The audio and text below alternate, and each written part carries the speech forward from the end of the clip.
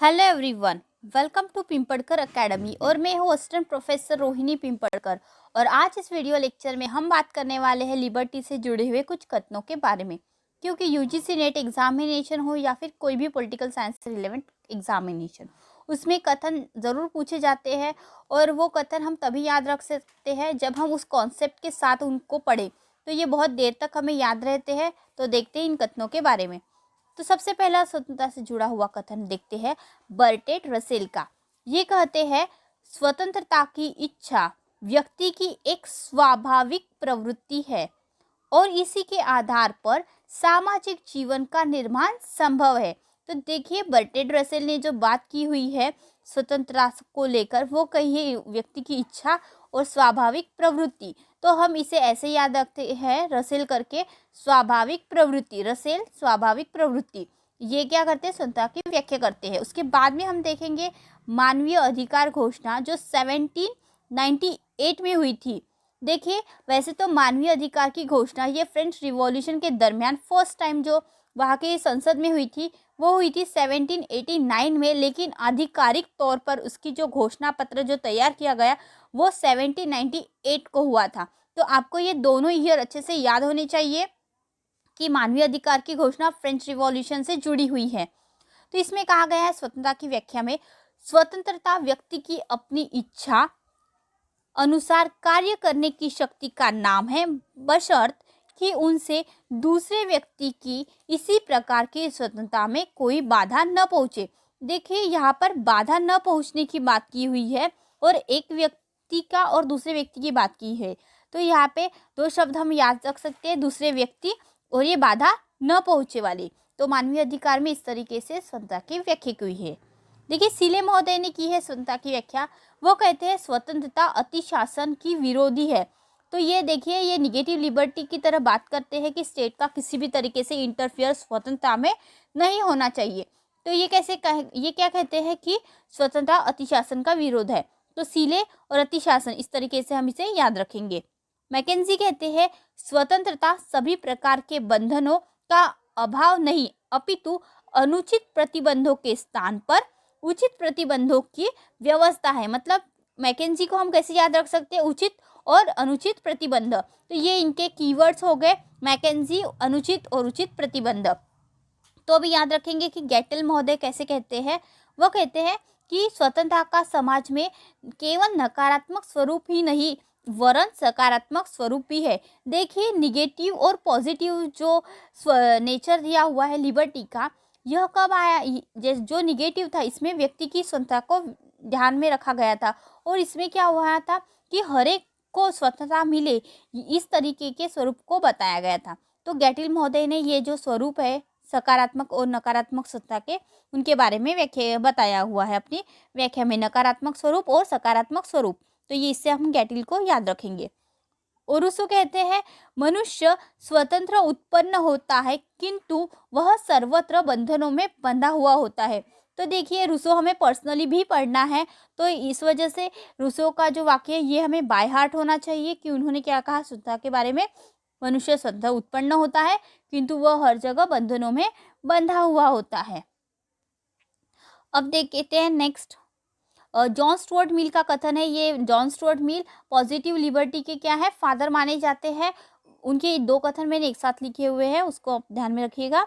मानव समाज को केवल आत्मरक्षा के उद्देश्य से ही किसी व्यक्ति की स्वतंत्रता में व्यक्तिगत या सामूहिक रूप से हस्तक्षेप करने का अधिकार हो सकता है। अगर किसी भी इंसान में, समाज में रह रहे, देखिए समाज में रह रहे हैं व्यक्ति के ऊपर अगर उसके आत्मरक्षा के उद्देश्य से अगर हस्तक्षेप करना है, अगर किसी की लिबर्टी हम कम कर सकते हैं तो ही वो क्या है, हस्तक्षेप करने का अधिकार हो सकता है, अदरवाइज नहीं हो सकता।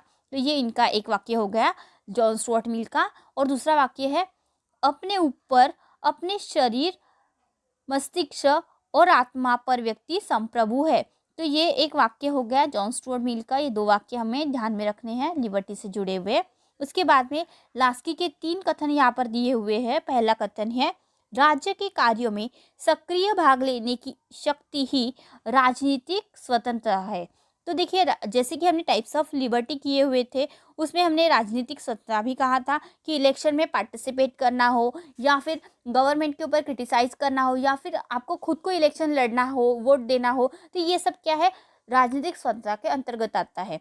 तो इसमें अगर सक्रिय अगर इंसान भाग ले रहा है कि वो अपने विलिंगनेस ले, तो उसे क्या कहते हैं, राजनीतिक स्वतंत्रता। इस तरीके से व्याख्या लास्की ने की हुई है।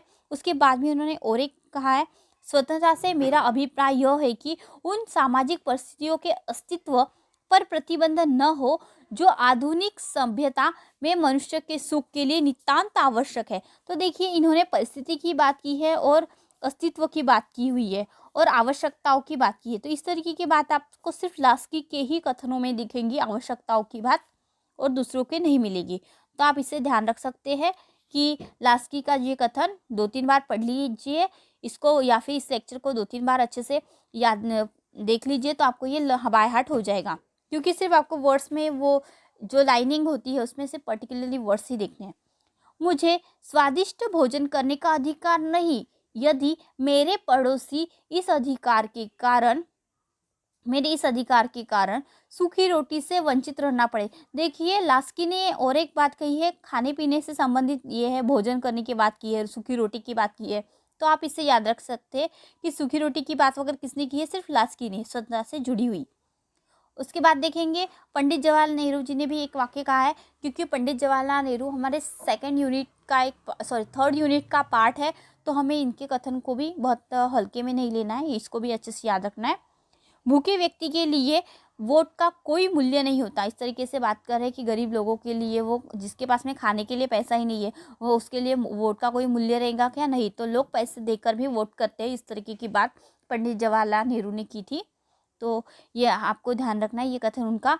उसके बाद में विलियम गॉडविन, वो कहते हैं कानून सबसे अधिक घातक प्रवृत्ति की संस्था है, क्योंकि जो भी लिबर्टी मतलब स्वतंत्रता दी जाती है उनको क्या किया जाता है, संरक्षित करने के लिए कानून बनाए जाते हैं, और जो भी आपको निर्णय देना है वो विद इन वो कानून के अंदर ही देना पड़ता है।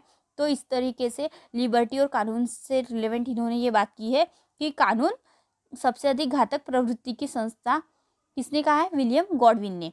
उसके बाद में डाइसी कहते हैं कि एक की मात्रा, मतलब ये कानून से रिलेवेंट कहते हैं, कानून और स्वतंत्रता, एक की मात्रा जितनी अधिक होगी दूसरी की मात्रा उतनी ही कम हो जाएगी। ये किसने कहा है? ये डाइसी ने कहा है। उसके बाद में एक और कथन है लॉक का, जॉन लॉक कहते हैं जहाँ कानून नहीं होता वहाँ स्वतंत्रता भी नहीं हो सकती।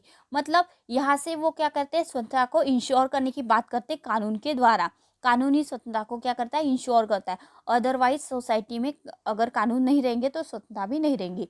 तो इस तरीके से हमने कथन देख लिए हैं कि स्वतंत्रता से जुड़े हुए क्या कथन है किस किस विद्वानों के। तो ये पेपर में हमेशा आते हैं, तो आपको इसे अच्छे से याद रखना है। So thank you guys, thank you for watching this video. और अगले वीडियो लेक्चर में हम बात करने वाले इससे जुड़े हुए ऑब्जेक्टिव क्वेश्चंस, तो आपको उसे भी बहुत अच्छे से देखना है। Thank you so much guys.